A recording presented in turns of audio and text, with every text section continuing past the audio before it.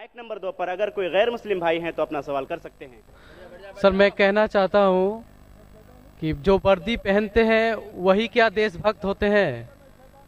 मेरा कहना आप समझ रहे हैं। और मैं आपसे आपके हाथ से मैं कुरान को पाना चाहता हूँ, क्योंकि मुझे बहुत कुछ जानना है। मुझे कभी कभी लगता है कि ना भगवान है ना खुदा है। अगर नहीं भी माने फिर भी वो हमें सब कुछ देगा। क्यों हम लोग वेट करते हैं हिंदू मुसलमान बनने के लिए? ऐसा लगता है हमें। तो हमको बहुत जानकारी अभी बाकी है, हम जानना चाहते हैं। हमको लगता है कि ऐसा कुछ नहीं है, क्योंकि अगर स्वर्ग और नर्क है तो कौन देखा है, कौन जाके आया है और कहाँ पर है वो? अगर कोई गया है या किसने बोला है, मेरा माथा काम नहीं करता है। कहाँ है, किधर है? भाई साहब का 3 सवाल है। पहला सवाल है, भाई साहब ने कहा है कि वर्दी पहनने से क्या वो देशभक्त बन जाता है, ये आपका सवाल था। मैं वर्दी पहनने से देशभक्त नहीं बनता है। बहुत से लोग वर्दी पहन के अपने देश से गद्दारी भी करते हैं। तो वर्दी पहनने वाला देशभक्त जरूरी नहीं है।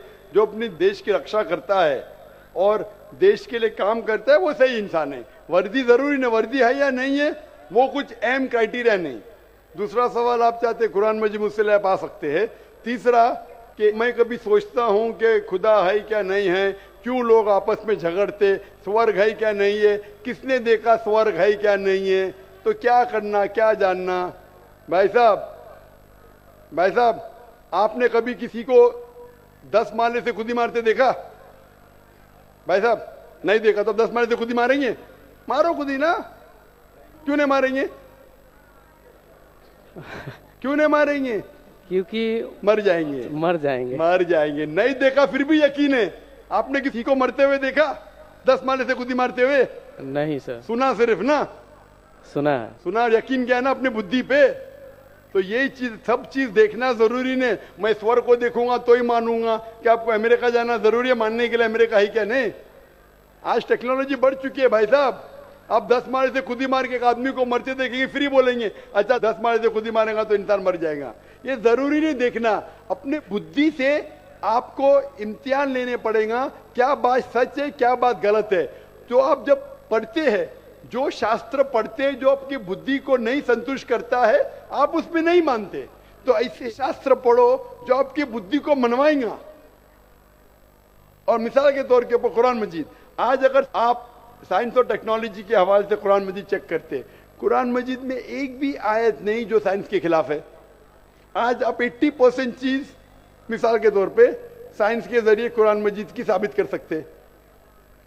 20% एम्बिग्युअस है, नीदर सच नीदर गलत। मिसाल के तौर पे साइंस ने ये साबित नहीं की क्या स्वर्ग है या नरक है, बराबर। साइंस ने ये भी नहीं साबित की कि दूसरी जिंदगी है, पुनर्जन्म, लाइफ आफ्टर डेथ।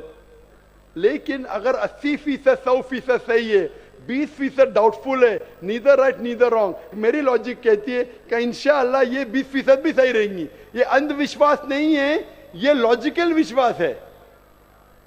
तो कुरान में बाकी साइंटिफिक फैक्ट के अलावा ये भी लिखा है कि स्वर्ग है नरक है। तो ऐसी किताब पढ़ो जिससे आपका मन संतुष्ट हो। आप कुरान मजीद पढ़ो, इंशाअल्लाह आपको यकीन आएगा स्वर्ग और नरक में।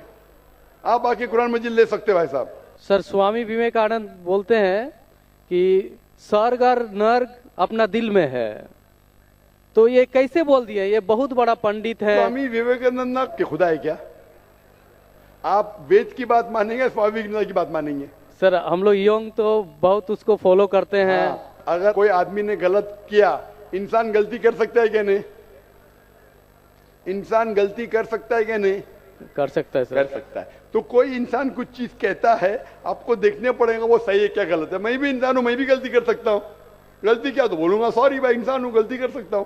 कर सकते क्या नहीं? तो अगर स्वामी विवेकानंद वेद के खिलाफ बात करते तो उसकी बात मत मानो, जो बात वो वेद के मुताबिक करते वो बात मानो। आप समझ रहे? मेरा भी कोई जुमला मिला जो कुरान के खिलाफ है, मेरे जुमले को भी फेंक दो ना। स्वामी विवेकानंद दूर की बात है, मैं अगर कुछ कुरान और सही हदीस के खिलाफ बोल रहा हूं तो मेरी बात भी मत मानो। मेरा 2 स्टैंडर्ड नहीं, मेरा डबल स्टैंडर्ड है, 1 स्टैंडर्ड है। जो खुदा ने बोला, खुदा की किताब को मानो, उसके ऊपर अमल करो। लोग अक्सर आपको खुदा की किताब से दूर लेके जाते। मैं यहाँ आया हूँ लोग को खुदा की किताब के नजदीक लेके आने के लिए। अब हम चलते हैं माइक नंबर 2 पर।